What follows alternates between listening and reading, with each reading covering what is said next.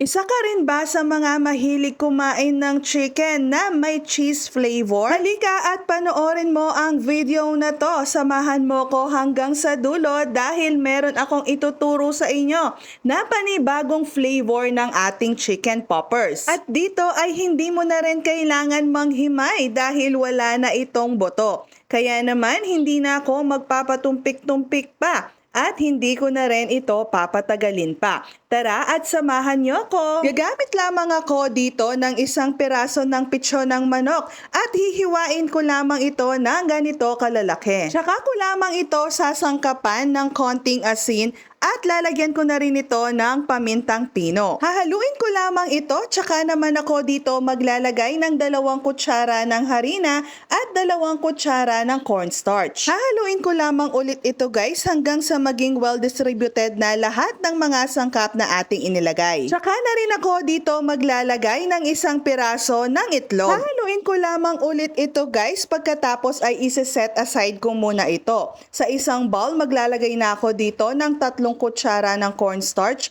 at 3 kutsara ng harina. Dadagdagan ko rin ito ng konting paminta at konti pang asin. Hahaluin ko lamang ito at ito ang magiging breading ng ating chicken. Sunod naman ay i-coat ko na dito yung ating mga manok. At tulad ng ating ginagawa guys, kapag nagko-coat tayo ng mga chicken, siguraduhin lamang natin na separadong kamay ang gagamitin natin sa wet ingredients at separadong kamay naman ang gagamitin natin sa dry ingredients. Habang kino-coat ko ang ating mga chicken, nagpainit na rin ako ng mantika sa ating kawali. Ifo-fried ko na dito guys yung first batch ng ating mga manok. At habang hinihintay ko na maluto yung first batch, continuous lamang ang aking pagko-coat sa mga natira pa nating manok. Napakarami ko na ring nagawang chicken poppers or fun shots gamit lamang ang 1 piraso ng pitso. Kapag naging golden brown na ang kabilang side ng ating manok, ay pwede na natin itong baligtarin. At nang maluto na yung mga first batch na ating chicken poppers, isusunod ko namang ipipirito dito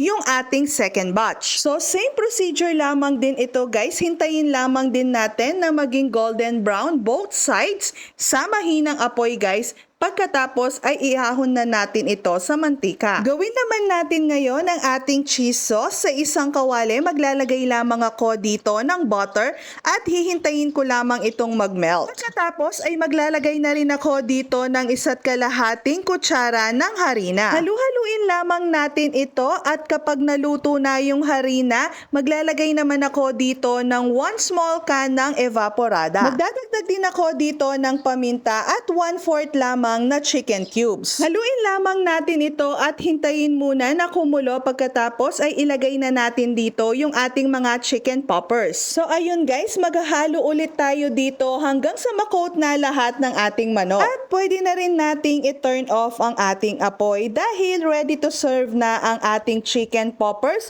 or fun shots with cheese sauce. Syempre guys, hindi pwedeng mawala ang pinakapaboritong part ko sa ating video, ang tikiman time! Kaya naman, ano pang hinihintay ninyo? I-try nyo na ang recipe na to, paniguradong pati mga anak nyo ay magugustuhan ito. Hindi mo na rin kailangan pang bumili pa sa labas ng chicken with cheese dahil kayang-kaya mo na itong lutuin. Masarap ding iterno ito sa mainit na kanin at swak na swak din ito na ipangpalaman sa ating mga tinapay. At kung nagustuhan mo ang recipe natin for today's video, pa-heart naman po ito at pa-share na rin ito sa inyong mga kaibigan para masubukan din nila. At kung napadaan ka lamang din sa aking page or sa aking video, pa-like naman din po ito at pa-follow na rin ang aming page para lagi kayong updated sa ating mga bagong recipes. Yan lang! Bye!